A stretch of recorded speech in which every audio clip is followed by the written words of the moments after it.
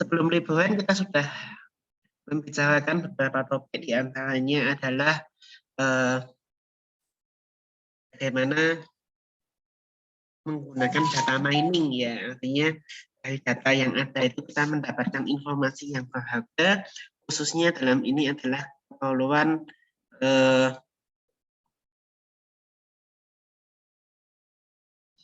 manajemen, ya, bagaimana kita menggunakan data yang ada atau kita mengumpulkan data untuk menyelesaikan masalah yang kita hadapi, seperti itu gambarannya. Nah, hari ini kita akan lanjutkan. Di Bisma sudah saya sediakan video tentang pengantar bagaimana menginstal sebuah perangkat lunak, yaitu perangkat lunak R dan RStudio. Kenapa dua perangkat itu kita gunakan? Karena perangkat itu sekarang cukup luas, penggunanya cukup banyak gitu ya, penggunanya cukup banyak, dan ya memudahkan gitu ya, menguntungkan untuk kita gunakan untuk kita lakukan pengolahan data menggunakan perangkat itu. Dan walaupun tampilnya sederhana, tapi sebenarnya dia cukup canggih gitu ya. Kita bisa modding, kita bisa menggunakannya untuk melakukan berbagai prosedur pengolahan data, prosedur analisis data untuk kita mendapatkan informasi yang berguna bagi keperluan manajemen. Ini silahkan, artinya sehat semua bisa menginstal juga, lihat videonya di Bismart dan ikuti langkah-langkahnya. Kalau ada yang kesulitan bisa nulis di grup masalahnya bagaimana dan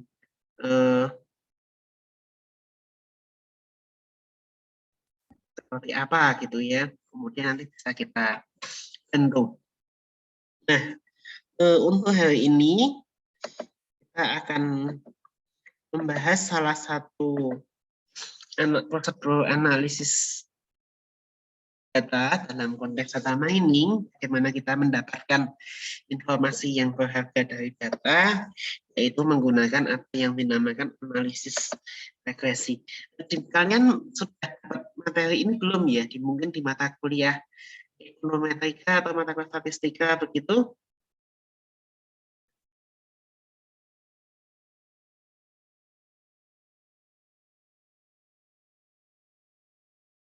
Pernah Pak, dulu Pak, statistika. Oke ya, nggak apa-apa, nanti kita mungkin ini nggak jauh beda ya, kita sedikit mengulang supaya nanti kalau sudah menguasai menggunakan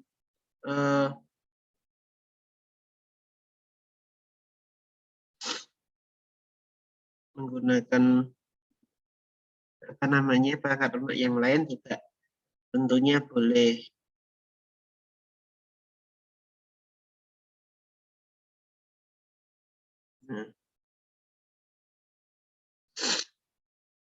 maka nanti kita akan melihat tujuannya dan bagaimana kemudian kita menjelaskan hasilnya. Nah, ini singkat saja, untuk teorinya nggak begitu banyak, artinya detailnya nanti mungkin sudah di mata kuliah statistika atau mungkin di mata kuliah ekonometrika.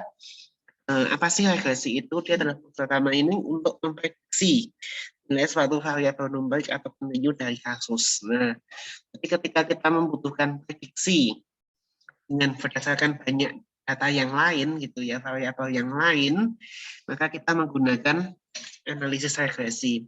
Tapi nanti kalau kita memprediksi itu data masa depan menggunakan data masa lalu, itu nanti kita menggunakan analisis dari waktu atau time series data analisis yang seperti itu. Nah, contohnya apa? Misalnya kita mau memprediksi harga rumah yang ideal, atau mungkin kita ingin menakar apakah harga rumah ini kemahalan atau kemurahan begitu ya. Lihat lokasi, banyak kamar, luas, dan lain-lain. Kemudian juga bisa prediksi nama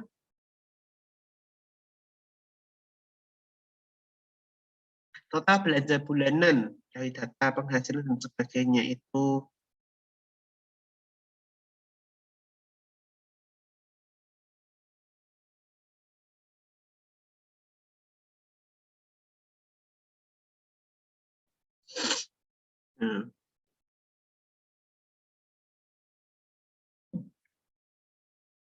Kita punya dua macam variabel dalam regresi.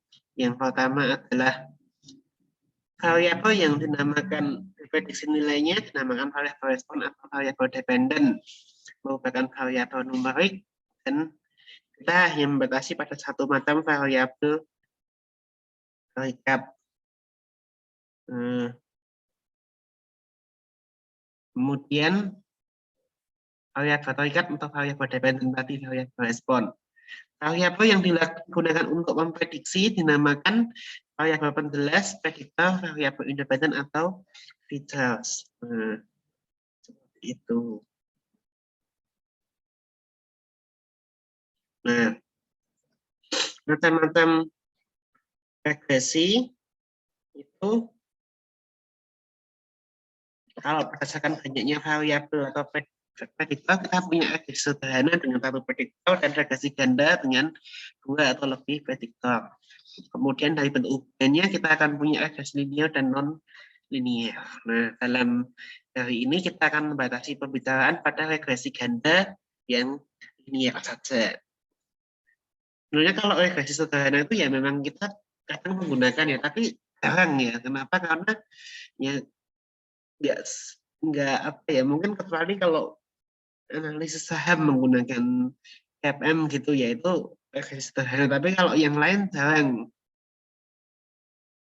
Itu seperti itu. Nah, contohnya ya.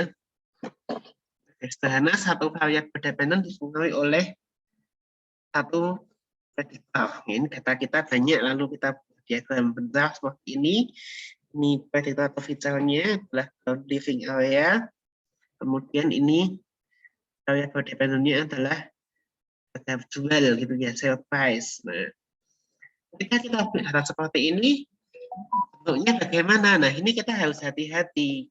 Regresi itu nggak selalu bentuknya itu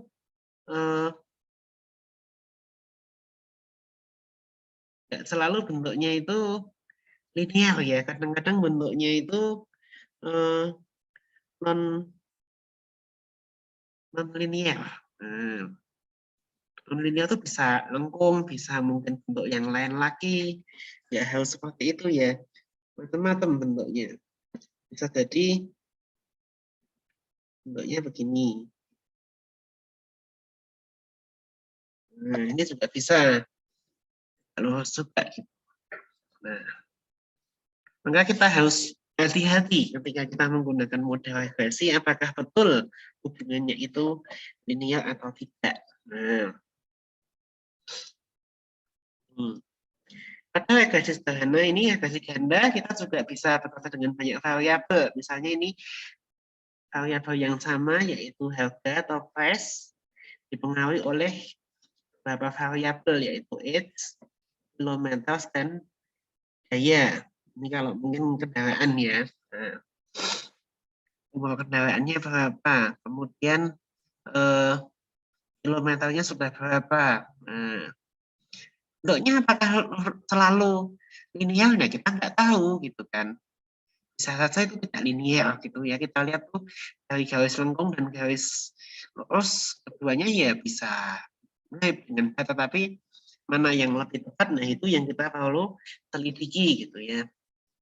Ini variabel dependen yang sama dipengaruhi oleh beberapa prediktor. Nah, prediktor kita itu kadang nilainya bisa macam-macam ya, seperti yang ini, yang age ini yang mulai dari 0 sampai 80. Kilometer juga dari 0 sampai sekian puluh ribu gitu, 20.000 lebih gitu. Tapi kadang-kadang juga hanya membatasi, bisa saja dia hanya di beberapa nilai gitu ya. Hanya beberapa macam nilainya, kalau nggak ini ya ini. Itu sesuatu yang biasa kita hadapi. Nah, bagaimana kita tahu hubungannya? Ya tentunya tidak lain adalah kita amati dulu diagram atau scatter plotnya. Seperti itu.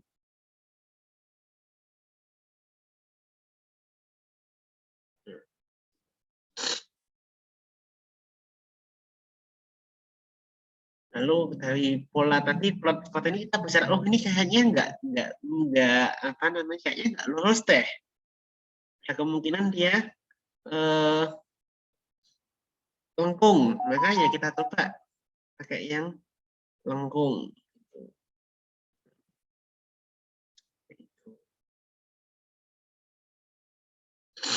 Kemudian bagaimana mengestimasi model regresi? Nah, dalam satu model regresi itu kita akan menggunakan variabel dapat bentuk lambangan dengan Y, kemudian variabel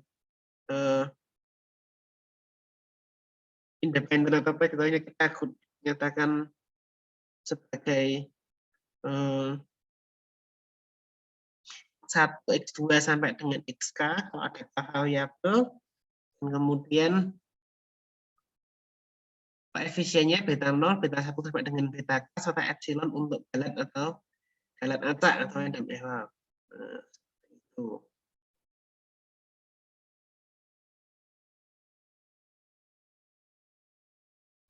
Kemudian, nah itu kita bisa lihat persamaannya seperti itu. Itu ada Y, ada beta 0, ada intercept, yaitu atau kemudian beta 1x1, beta 2 tambah beta 2x2, dan seterusnya sampai dengan beta k xk. Nah, yang dimaksud dengan model regresi linier itu sebenarnya adalah model regresi yang bersifat linear dalam parameter. Artinya apa? Beta 1, beta 2, sampai dengan beta k itu linear, itu aja. Kalau X-nya di situ ada X1, ada X1 kuadrat, ada X1 pangkat 3, ada akar X1, itu tidak masalah gitu ya. Masih linear. Tapi kalau koefisien kita yang kan kita satu log X1-nya kita ambil nilai logaritmanya atau log X1 itu pun masih linear ya. Ya nggak linear kalau apa? Kalau misalnya beta 0 kalikan apa namanya X1 pangkat beta 0, nah seperti itu misalnya. Nah itu yang tidak linear, itu yang seperti itu. Tapi kalau misalkan beta 0, beta 1, beta 2 itu masih bisa dijumlahkan, itu berarti dia adalah apa namanya, masih yang linear. Nah, kemudian apa yang kita lakukan? Yang kita lakukan sebenarnya adalah mengestimasi atau menduga nilai-nilai beta 0, beta 1, beta 2 sampai dengan beta K ini. Data yang kita punya kita gunakan untuk mencari nilai dugaannya, nilai estimasinya. Berapa ya beta 0, berapa ya beta 1 gitu. Nah, nilai estimasinya biasanya kita lambangkan dengan B untuk membedakan, atau kalau beta ya ditambah tanda topi di atasnya seperti itu.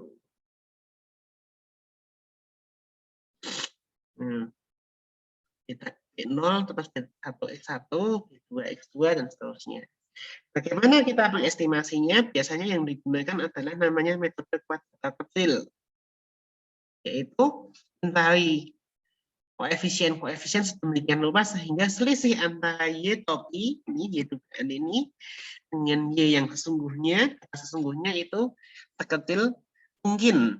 Atau kita arti lainnya apa? Kita punya garis yang sedekat mungkin dengan data. Itu yang kita cari dengan regresi ini. Nanti kalau mungkin di mata kuliah sudah pernah dapat dasar apa matematisnya, diambil persamaannya, lalu dicari derivatifnya dan sebagainya, itu kita nggak akan membahas sampai sedetail itu. Nah,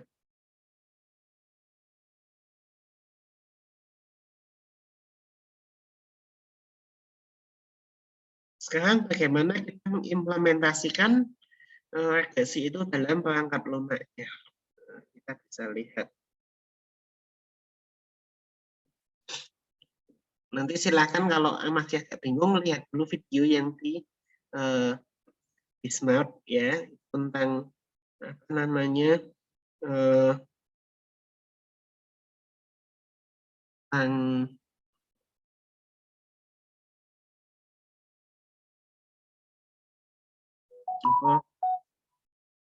apa itu perangkat lunak ya, bagaimana komponen-komponennya.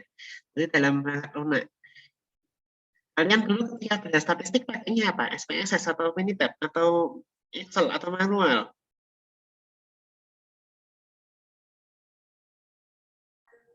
SPS, Pak. SPSS ya. Oke. Nah, kalau SPSS itu kan sudah otomatis ya, sudah apa namanya? Sudah ada gitu ya. Sudah ada di sana gitu. Semua fitur-fiturnya sudah ada. Nah, kalau kita menggunakan perangkat lunak ini, bedanya apa? Bedanya adalah ya sudah belum apa ya?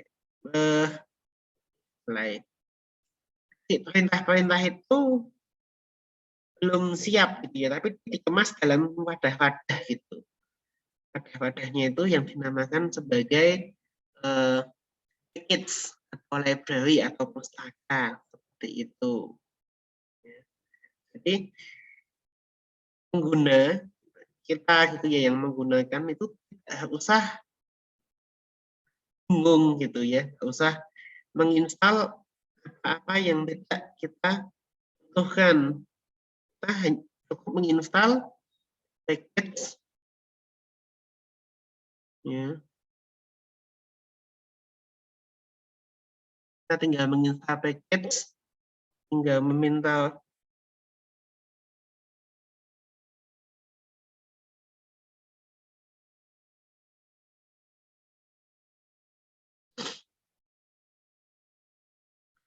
menginstal package, selalu dari package itu tadi kita gunakan perintah-perintah yang ada di dalam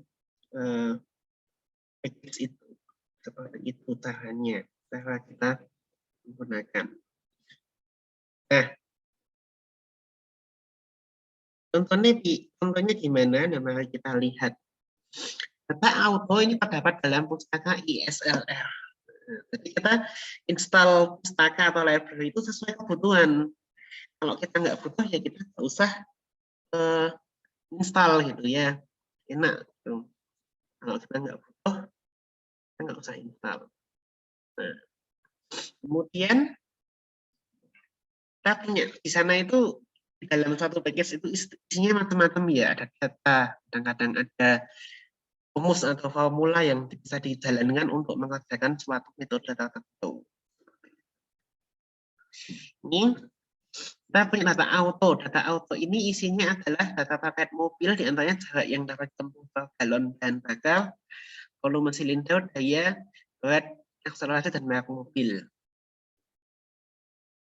Kemudian permasalahannya apa? Kita ingin memprediksi jarak tempuh per galon bahan bakar. Apa sih yang mempengaruhi gitu ya? Dan bagaimana kita memprediksinya? Nah, mula-mula kita supaya bisa dapat datanya kita install dulu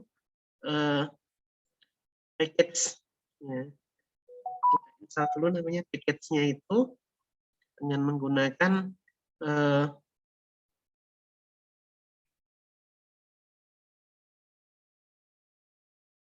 perintah itu asalkan kita connect internet gitu ya, kita bisa connect.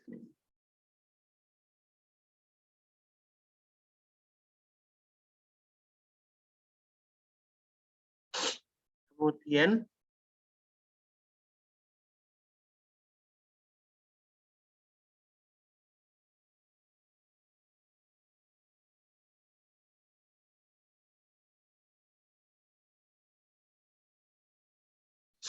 ini kita memanggil pustaka yang telah terinstall. Ini library ISLR, kemudian kita lihat isinya, isi dataset auto itu seperti apa. Bisa kita panggil seperti itu. Head dalam kurung auto itu nanti menghasilkan, akan menampilkan apa namanya isi dari sebuah dataset auto. Nah, kalau datasetnya dari tempat lain, kita ngopi dari Excel itu bisa enggak? bisa saja itu di video yang di Bisma sudah ada caranya bagaimana kalau video data kita itu diambil dari sumber lain seperti itu.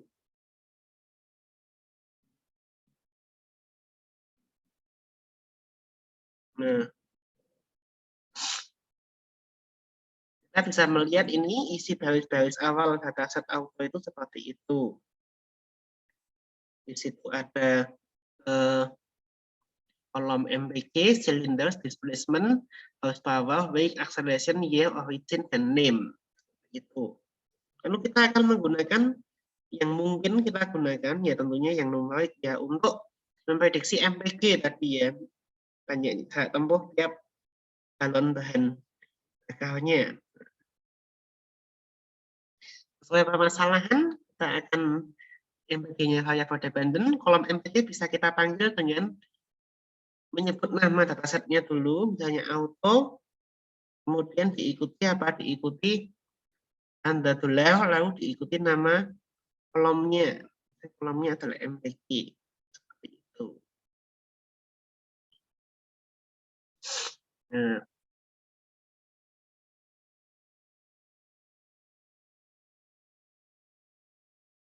kemudian kita bisa buat diagram bentar atau scatter plot gitu ya. Gunanya untuk apa? Gunanya untuk melihat tadi bentuk hubungannya seperti apa, hubungan antar variabelnya. Kita panggil dengan perintah plot dalam kurung nama variabel pada sumbu X, kemudian nama variabel pada sumbu Y.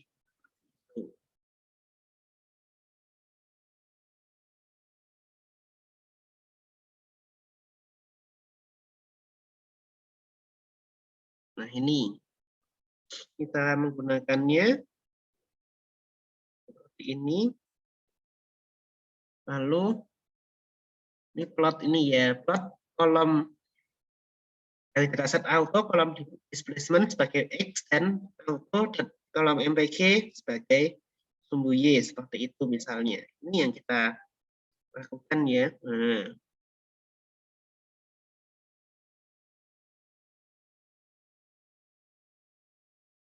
Lalu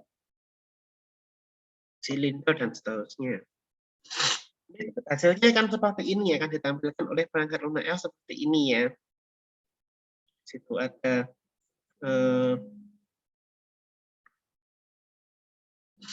sumbu Y, sumbu X. Nah, katanya akan seperti ini. Nah, ini tadi ya, horsepower dengan MPG ini kayaknya kok nggak garis lurus nih, kayaknya ada bisa garis lengkung.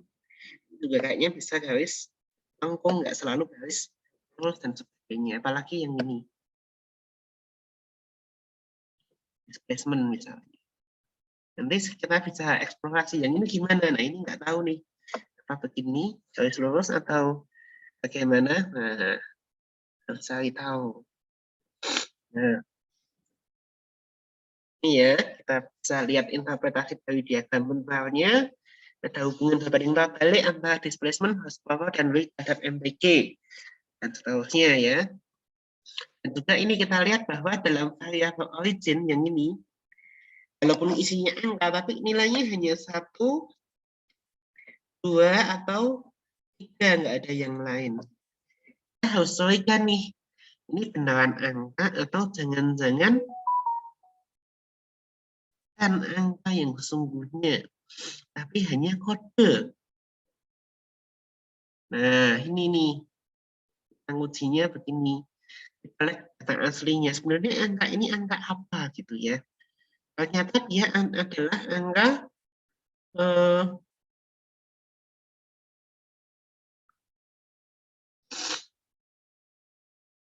menunjukkan lokasi produksi mobil. Angka 1 itu produksinya di Amerika, angka 2 itu produksinya di Eropa, dan angka 3 itu berarti produksinya di Jepang. Berarti kita nggak boleh menginterpretasikan itu sebagai angka kita jumlah-jumlahkan, itu nggak bisa, karena itu bukan angka yang sesungguhnya, tapi hanya kode. Nah, ini yang variabel seperti ini yang kita harus hati-hati. Nah, cara nih menggunakan yang kayak gini, nah ini yang kita lihat sekarang.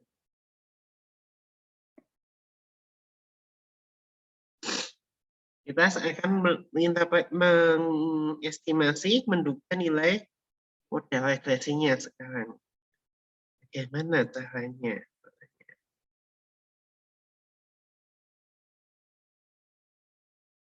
Nah, caranya adalah dengan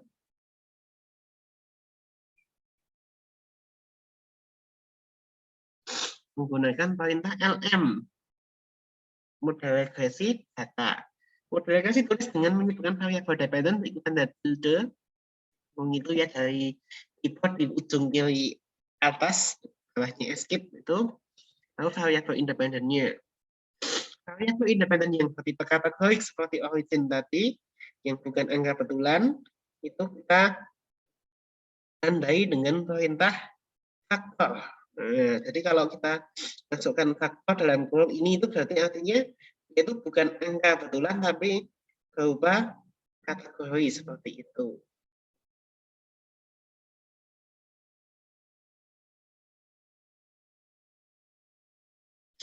Yang pertama, lalu variabel independen yang kita ingin buat itu kuadrat itu bisa kita lakukan dengan memerintahkan menulis itu poli.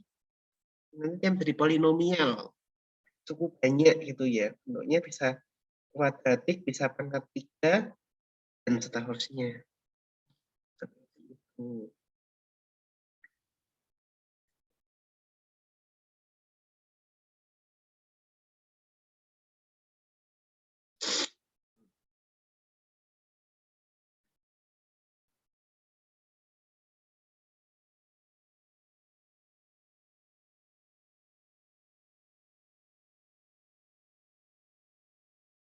Nah, kita akan mulai dengan regresi yang memuat semua variabel prediktor. Seperti ini. Nah, perintahnya nanti ini M1 ini nama aja ya, silahkan bebas apa nama variabel, nama kita simpan si data itu dengan nama tertentu apa gitu bebas. Kemudian yang kedua itu adalah apa? MPG ini adalah dependennya, silinder plus ini adalah independennya, lalu ini origin. Data ini adalah originnya karena tadi originnya berupa kategorik, kemudian datanya output. Nah, ini kita jalankan nanti kita panggil sama kalau sukses nanti tidak akan muncul keterangan apapun. Kalau sini muncul error bla bla bla berarti kita ada yang salah di situ. Kalau nggak ada yang salah ya biasa aja gitu ya. Yang muncul nggak ada apa-apanya. Lalu kita bisa perintahkan panggil dengan perintah summary dalam kurung nama objek yang kita gunakan tadi untuk menyimpan data itu. Nah, summary-nya inilah yang nanti isinya adalah tadi apa namanya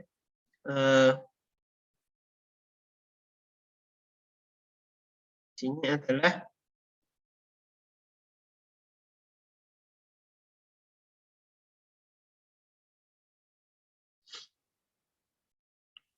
ringkasan dari hasil itu, hasil apa namanya, ringkasan dari hasil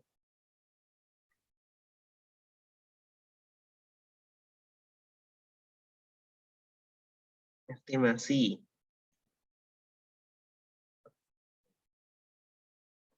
Nah, ini nanti interpretasi tampilannya bisa kalian pelajari. Di situ ada koefisien determinasi, ada koefisien hasil estimasi, dan sebagainya ya. Nah, kalian bisa lihat di sana. Lalu ada residual standar error dan sebagainya. Nah, model regresi yang lebih baik itu ditandai dengan standar error yang lebih kecil atau itu apa namanya determinasi yang lebih tinggi. Itu. Jadi nanti kita akan caranya mencari model yang itu tadi kita pilih model yang koefisien determinasinya lebih tinggi atau standar errornya lebih kecil. Nah, kalau kita menggunakan pendekatan statistik, maka kita bisa lihat nilai di sini nih ya, ini p-value ini sebenarnya kolom PL ini. Untuk menguji signifikansi masing-masing variabel di dalam model. Nah, mungkin sudah pernah dapat ini ya, hipotesisnya seperti ini, A0, beta 1, dan N0, H1 seperti itu. Nah, nilai p-value yang besar di kolom tadi menunjukkan bahwa variabel tidak signifikan. Nah, tuh. Maka lalu bagaimana? Nah, kita bisa keluarkan atau kita bisa hilangkan variabel yang nggak signifikan ini dari model. Nah, kita estimasi model baru tanpa melibatkan variabel yang tidak signifikan ini.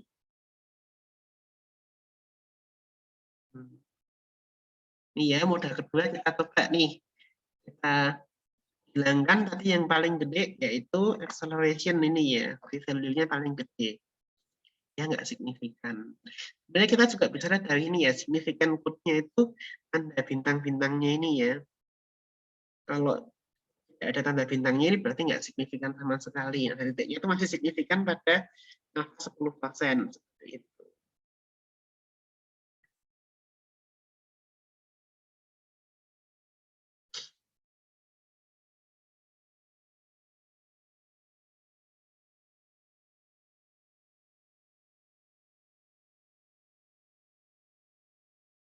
Gitu. Kemudian ini yang kedua, kita sudah nggak memasukkan acceleration, masih ada yang belum signifikan, yaitu silinder. Nah, ini juga bisa kita kurangi lagi silindernya.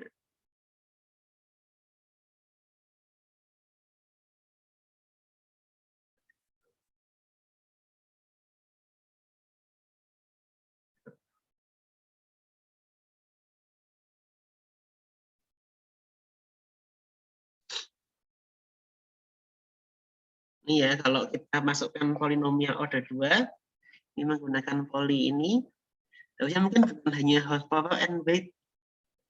Minimal 2 itu kita coba tadi, ternyata nih suku yang biasa tambah yang kuadrat itu pun juga keduanya signifikan. Iya, nanti pas sama jadi seperti ini, bentuknya ada suku kuadratiknya di bagian bawah itu.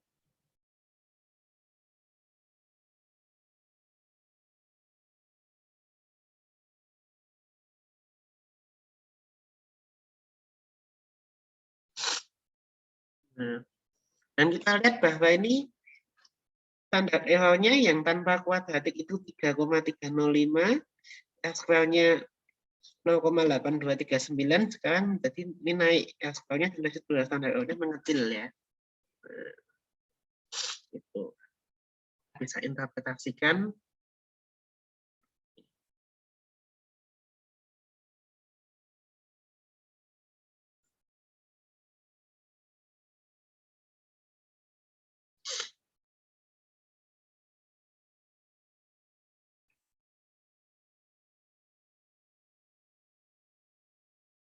Ini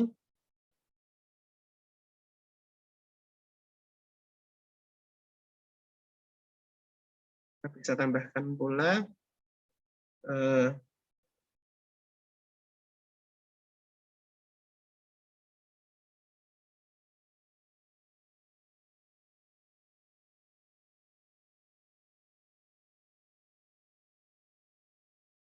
di sini di model 4 ini kita hilangkan yang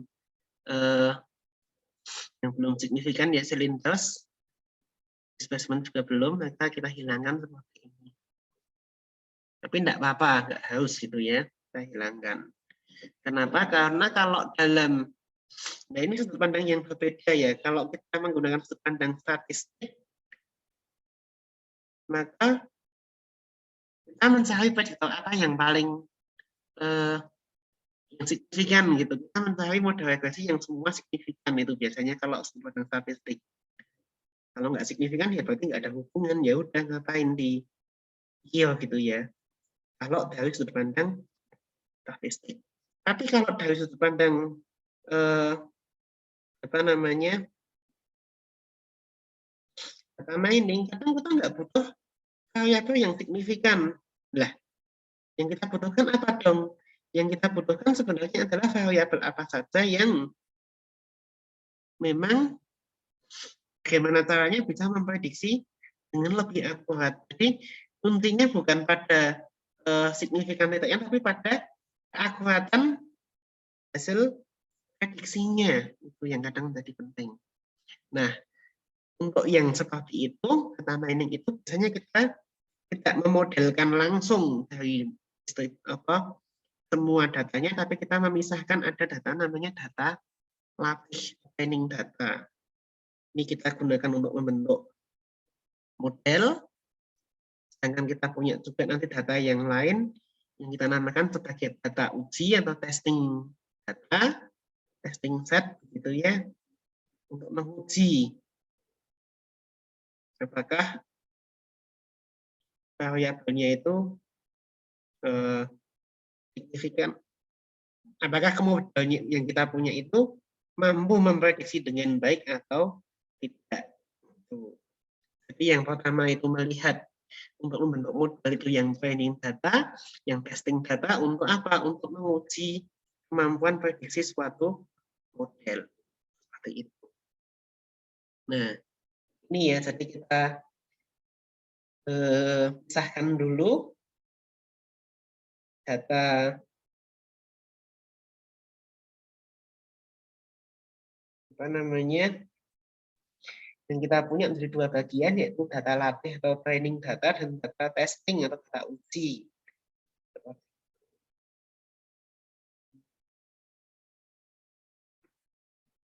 Kita menggunakan perintah sampel dalam F seperti ini, misalnya data set sampel inilah yang kita gunakan untuk mengestimasi membentuk model. Lalu nanti kalau sudah, baru kita model ini kita terapkan pada data uji dan kita pakai untuk menghitung kesalahannya, kesalahan prediksi, ketidaktepatan prediksi. Di situ ada namanya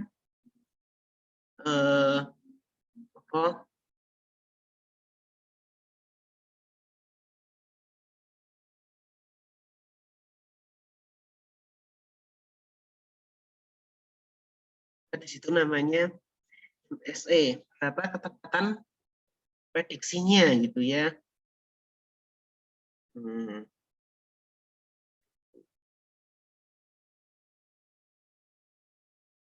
Kemudian di situ ada apa namanya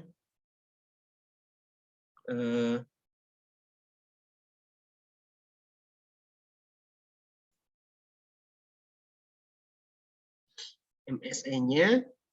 Semakin tinggi MSE, semakin jelek suatu kemampuan prediksi suatu data gitu ya. Jadi ini selisih data yang sebenarnya dengan data prediksinya. Nah, ini cara menghitung MSE-nya. Kita pertama buat prediksinya dulu, kita lihat data aslinya, kemudian kita hitung MSE-nya tadi, mean square error-nya. Nah, ternyata rata kesalahannya sudah sebesar 10,62. Nanti kita cari model yang lain, juga sama, kita lihat apa namanya,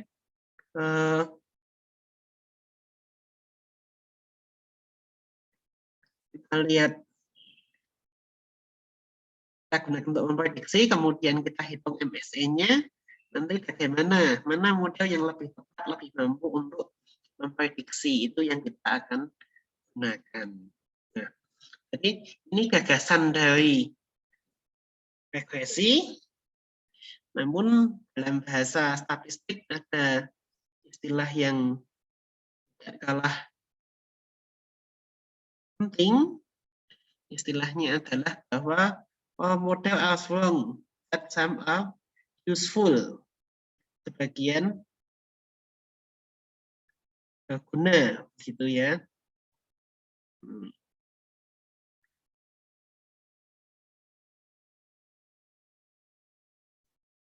Nah, tuh.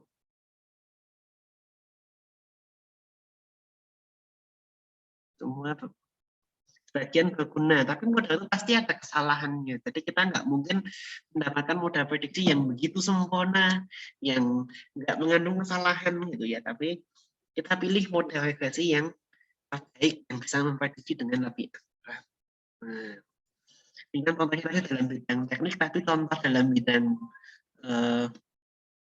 marketing, dalam bidang apa namanya manajemen itu sebenarnya sangat banyak yang bisa kita gali. Baik, sampai sini adakah pertanyaan?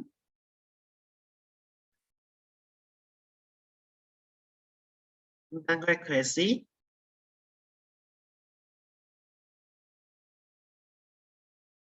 Belum ada. Izin bertanya, Ya, silakan. untuk PPT-nya tadi di Bismart ada kan ya, Pak? Nanti saya upload, belum saya upload. Nah, Oh ya Pak, terima kasih. ya. Nah, sebenarnya kenapa sih kita bahas ini ya? Jadi dalam 3 pertemuan, walaupun saya sebenarnya merancang yang hari ini tetap kita apa namanya tatap muka, yang minggu-minggu depan mungkin kita bisa asinkron gitu ya. Saya buatkan video mengenai ini tadi apa namanya pengolahan data. Artinya ketika kita belajar di mata kuliah Big Data ini bukan cuma sekedar kalian tahu teori, tapi kalian juga bisa, kalau kemarin membuat dashboard, sekarang lebih lanjut lagi bagaimana kita menggunakan data itu untuk mengambil keputusan gitu ya, menyusun rekomendasi, membuat prediksi, oh kedepannya bakal kayak gini, oh kedepannya bakal kayak gitu. Itu prediksi yang bisa kita bangun, bisa kita bentuk dengan menggunakan regresi.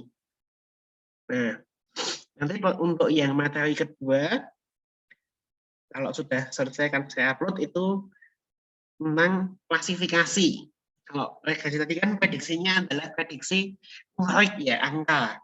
Berapa penghasilan, berapa jumlah pembelian, berapa harga, berapa kilometer jangkauan suatu kendaraan tadi.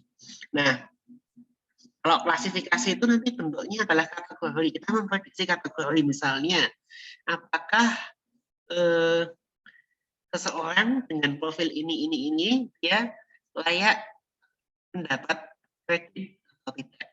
Nah, bagaimana kita membuat mekanisme prediksi yang hasilnya berupa kategori gitu. Oh, kalau ini kategori ini dengan profil kayak gini sebaiknya jangan kabulkan kreditnya. Kenapa? Karena suka ada kemungkinan dia tidak mampu membayar melunasi kreditnya. Nah, itu misalnya. Nah, seperti itu yang kita akan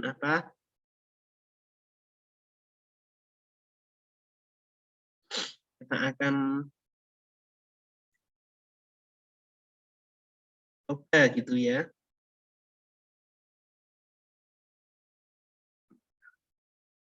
Kita akan tangani.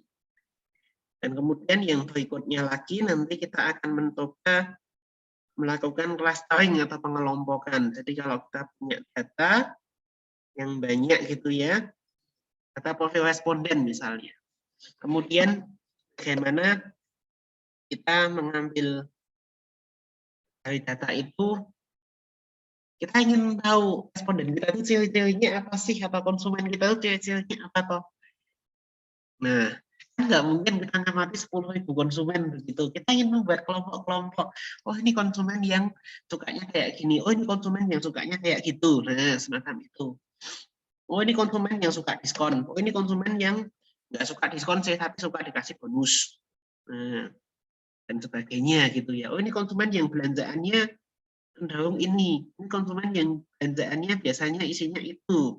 Sebagainya. Nah, kayak gitulah yang nanti pertemuan ketiga akan kita bahas.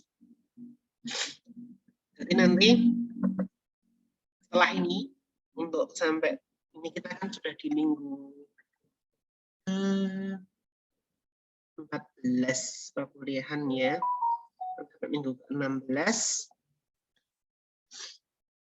karena akan mengerjakan tugas kelompok lagi seperti yang kemarin ya, seperti yang membuat dashboard, tapi ini kelompoknya dengan jumlah yang sama, tapi saya agak ulang. Ada 3 kasus yang saya akan ajak kalian untuk lihat dan bagaimana memecahkannya. Nah, yang pertama adalah kasus regresi.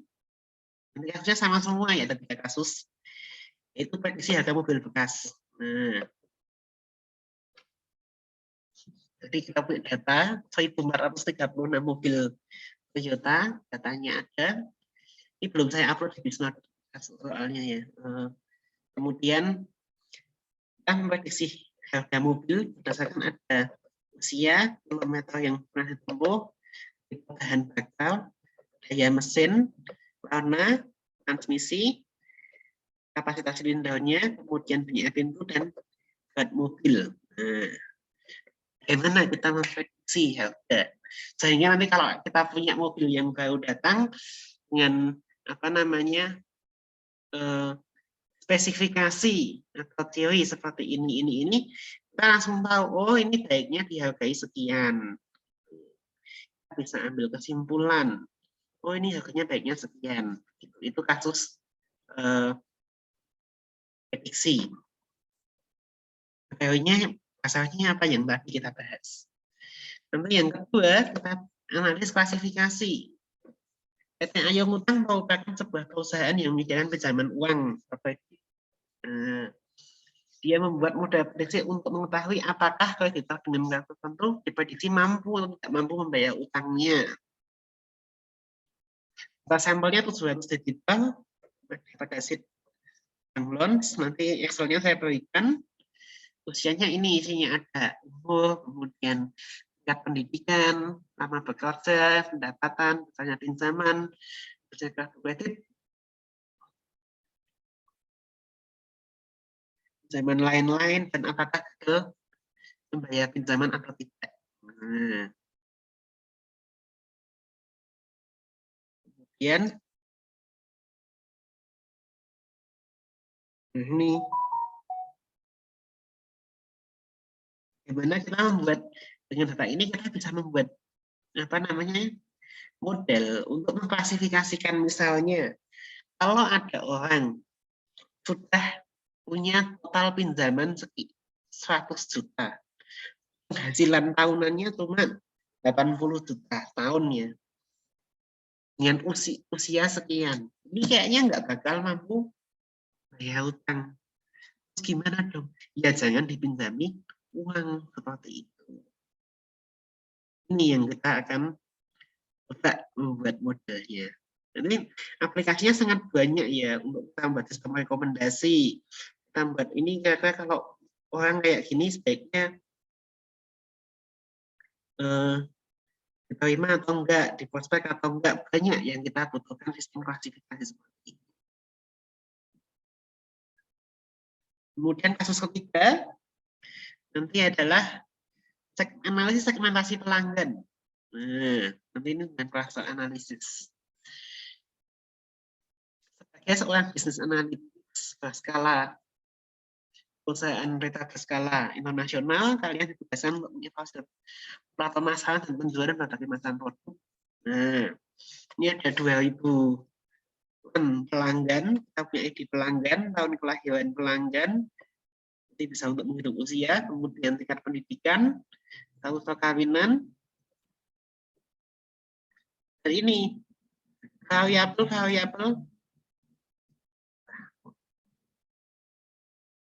yang lain. Ini ada income, pendapatan, home banyaknya anak-anak di rumah, home banyaknya remaja di rumah, tanggal pertama toko, belanja minuman, buah-buahan, daging, ikan, manisan, logam mulia. Tuh. Mungkin banyaknya transaksi dengan berbagai media ya. Ada yang menggunakan diskon, ada yang lewat web, lewat katalog, langsung di toko, sama yang kunjungan ke situs web toko. Nah, lokasinya.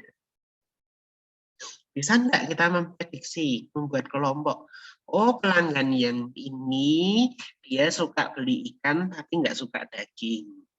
Pelanggan yang ini suka beli minuman mango dan suka beli manisan misalnya.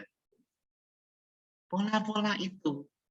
Sehingga nanti kalau kita ketemu dengan pelanggan dari kelompok yang suka manisan, ya nggak usah dikatakan daging gitu ya.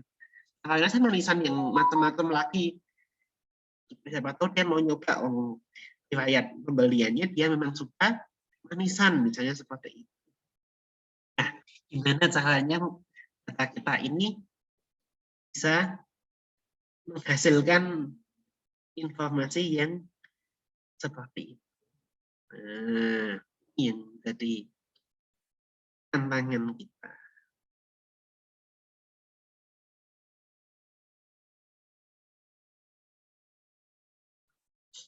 Kelompoknya nanti kalau sudah akan saya posting di Bismart.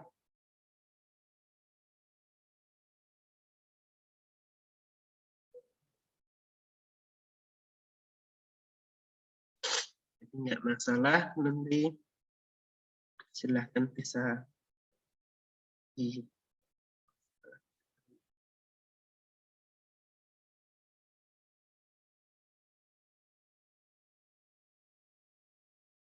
Oke, ada pertanyaan lagi?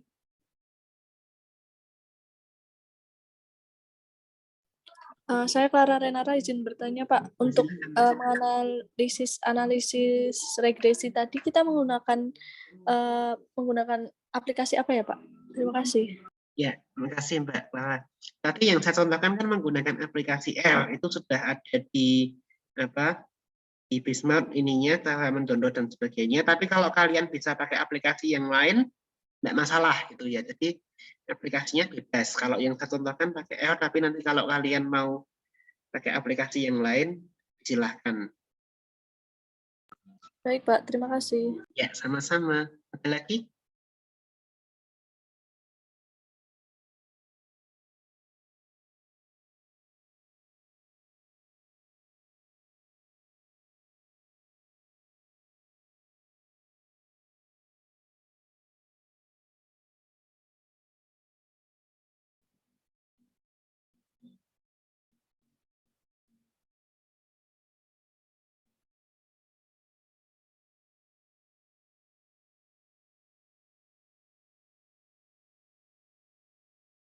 Oke.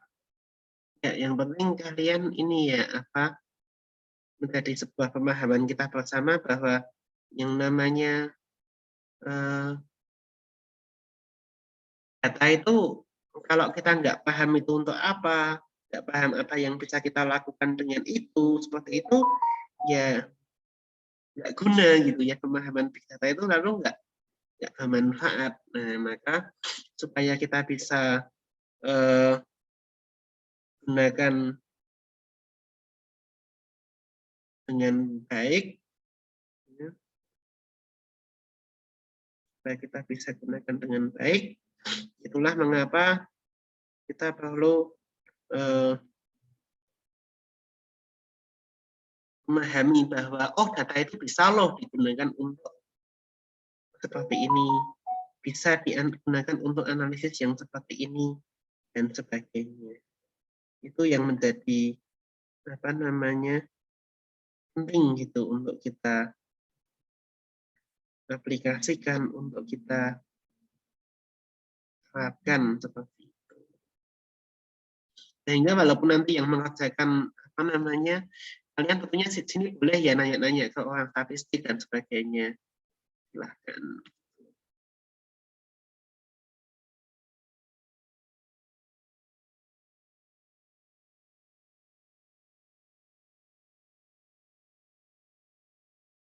Hmm.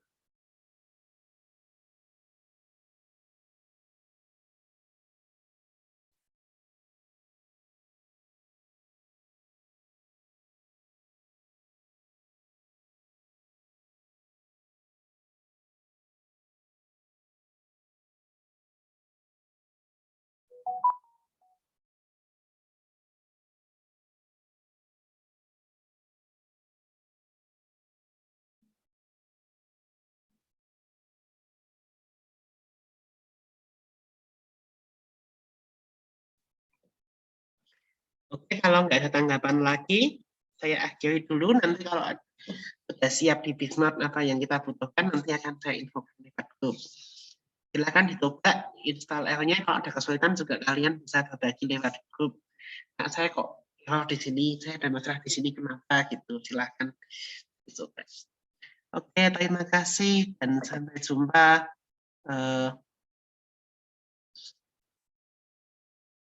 di kuliahan berikutnya. Terima kasih.